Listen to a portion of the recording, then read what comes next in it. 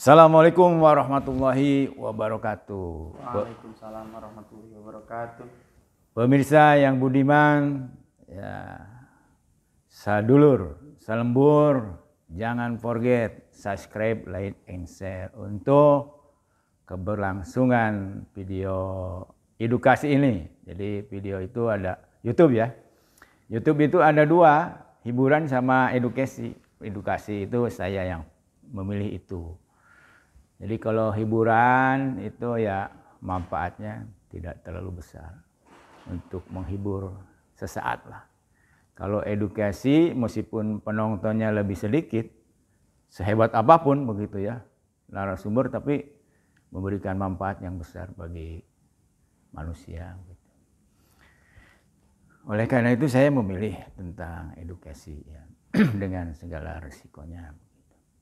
Nah, pada hari ini pemirsa, kehadiran Bang Yasir ini ya, Ketua Umum HMI Cabang Cirebon, dilahirkan di Purwakarta. Berapa lama di pesantren? Dari SD ya? Dari SD. Ya, sudah mendarah daging lah. Termasuk budaya, budaya penyakit kulit juga sudah. Terus di lampahan gitunya, segala di lampahan. Beliau mau menanggapi video saya, yaitu yang berjudul Pertolongan Allah Sudah Dekat.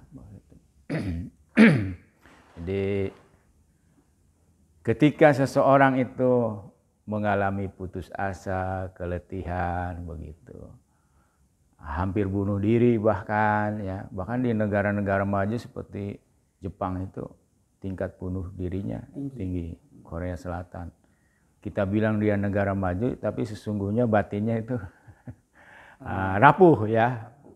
Itu bahkan katanya di Singapura itu orang mau ketemu kalau ada kepentingan saja, karena saking gitu ya harus berjuang keras untuk hidupnya.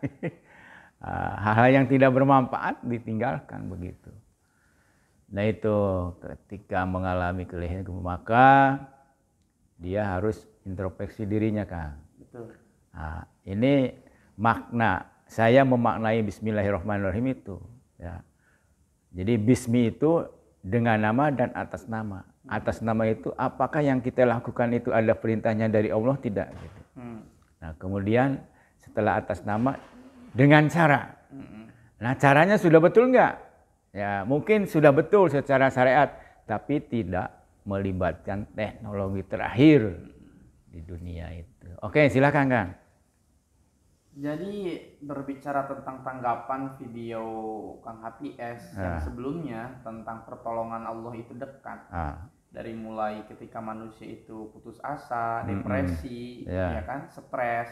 Sebenarnya Allah itu sudah memberikan satu solusi dalam Al-Qur'annya. Karena bagaimanapun Al-Qur'an sebagai pedoman umat manusia untuk bisa melanjutkan kehidupannya dengan baik dan benar, tentu itu sudah ada dari mulai permasalahannya apa, kemudian Allah pun menawarkan solusi. Kiranya hari ini ketika kita sudah dalam masa kesulitan, putus asa, stres, depresi, nah Allah Subhanahu wa taala itu menawarkan solusi dalam surat Al-Baqarah ayat 45.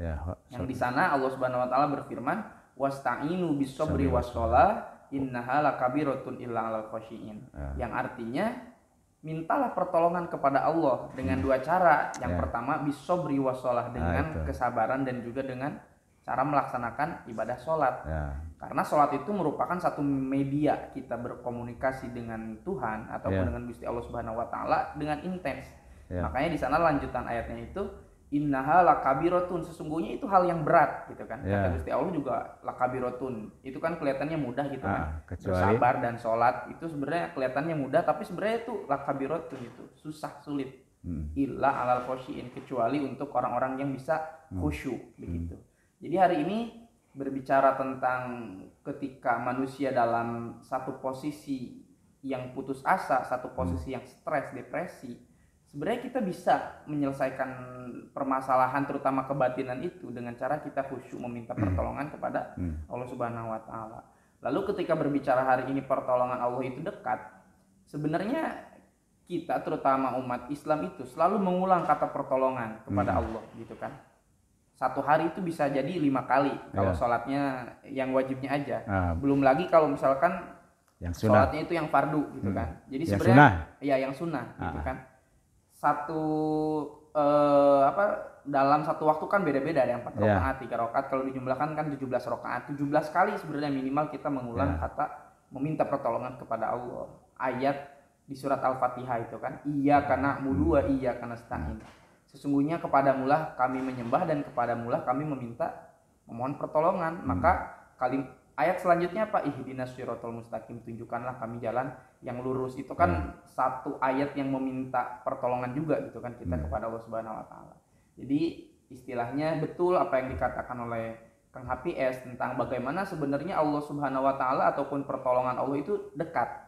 Tinggal hari ini kita sebagai manusia ataupun umat muslim itu mau menjemput pertolongan itu atau tidak ketika kita susah. Nah, tapi berbicara manusia juga istilahnya tidaklah hanya ketika masa sulit aja kita meminta pertolongan Allah gitu kan, tapi dalam kondisi bahagia, suka, cita, duka itu harus terus kita melibatkan Allah Subhanahu wa taala, karena bisa jadi kesenangan yang kita dapat hari ini itu bukan sebuah anugerah tapi bisa jadi istidraj gitu kan. Nah, jadi istilahnya mintalah pertolongan Allah di setiap waktu, di setiap saatnya. Jadi tidak hanya pada momentum kesusahan aja begitu kan. Jadi berbicara pertolongan Allah itu dekat, itu betul. Dengan tadi 2 ayat yang bisa dijadikan satu penekanan gitu, bagaimana solusi ketika kita susah, sulit untuk meminta pertolongan, maka bisa beri wasolah dengan cara yang khusyuk. Ya, sekarang seperti itu. Pertanyaannya bagaimana membangun sabar dan sholat itu. Salah satu tafsir di sini sholat itu mendirikan sholat. Jadi beda antara melaksanakan sholat dengan mendirikan sholat. Kalau melaksanakan sholat sesuai dengan syariat aja gitu. Tapi kalau mendirikan itu mencoba untuk mempraktekkan apa-apa yang dibaca di dalam sholat. Nah, misalnya Allahu Akbar, Allah Maha Besar. Itu ketika orang sudah meyakini bahwa Allah Maha Besar, maka dia selalu optimis di dalam hidupnya. Karena kebesaran Allah itu mampu mengubah sakit menjadi sehat, bodoh menjadi cerdas gitu, hina menjadi mulia begitu. Ya, betul, gitu. Gimana tuh cara membangun tumbuh dalam diri kita sabar dan sholat itu? Jadi kan sebenarnya banyak sekali juga nih ayat-ayat sholat bahwasanya ketika hari ini kita sebagai umat muslim itu menjalankan sholat secara betul, itu bisa implikasinya kepada kehidupan kita gitu kan. Karena sesungguhnya kayak misalnya ada ayat yang menjelaskan tentang sholat itu mencegah dari perbuatan keji dan mungkar. Itu sebenarnya apa kaitannya, kan bagaimana itu kaitannya. Nah, kalau misalkan hari ini kita mau mendalami pemaknaan sholat itu secara khusyuk dan benar, dari mulai per kalimat kita mulai mentasbihkan Allahu Akbar sampai tahiyat akhir kita memaknai secara dalam konsep pemaknaan ya, tidak hanya secara tekstual, itu sebenarnya bisa mempengaruhi minimal mindset kita. Kayak misalnya tadi akan mencontohkan kayak Allahu Akbar, Allah itu Maha Besar. Jadi apapun yang kita lakukan hari ini ya kita tidak takut, karena kita punya Tuhan, punya Gusti Allah yang Maha Besar, bisa melakukan apapun itu. Ketika Gusti Allah bilang kun fayakun, ya udah jadi gitu kan. Maka cantolan manusia yang sesungguhnya itu ya Gusti Allah itu. Jadi semuanya dikembalikan kepada Allah Subhanahu wa taala, dari mulai kan bacaan iftitah itu kan, bacaan Al-Fatihah, rukunya bacaannya, i'tidal dan lain sebagainya sampai tahiyat akhir. Ketika hari ini kita bisa memaknainya secara keseluruhan dengan bentuk konteks pemaknaan, kemudian diaplikasikan pemaknaan tersebut dalam kehidupan sehari-hari, maka itu bisa menjadikan satu implikasi kehidupan kita yang lebih sehat, gitu kan, yang lebih baik dan benar. Tentunya seperti itu. Ya, jadi semua orang pasti mengalami ya kehidupan kritis begitu ya. Pengalaman hidup Mas Yasir ini, apa yang dilakukan ketika mengalami satu hampir putus asa gitu ya, kemudian sangat keletihan begitu. Sangat keletihan. Mungkin bahkan misalnya sampai punya keinginan bunuh diri gitu. Itu ketika saat seperti itulah ya apa yang dilakukan?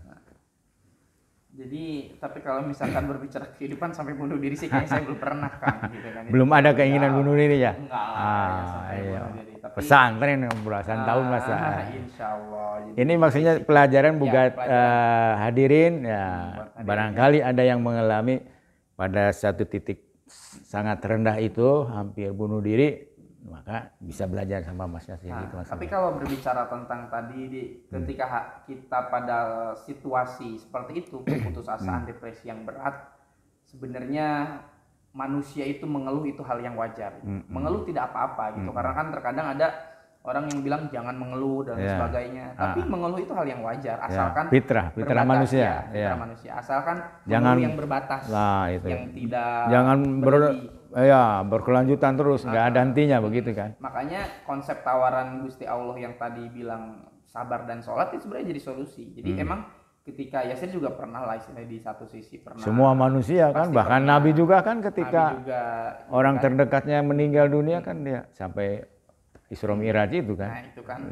Jadi istilahnya konsep pemaknaan hidup, kembali memaknai hidup begitu kan ketika kita putus asa. Makanya sabar itu bukan berarti hanya diam begitu kan. Sabar itu ya kita berusaha untuk memikirkan kenapa kok bisa terjadi seperti ini, gitu kan, introspeksi, mengevaluasi diri, itu kan dengan sabar. Kemudian semua keluh kesah yang kita hari ini miliki, tumpahkan semuanya kepada yang punya permasalahan itu, kepada Gusti Allah tentunya gitu kan.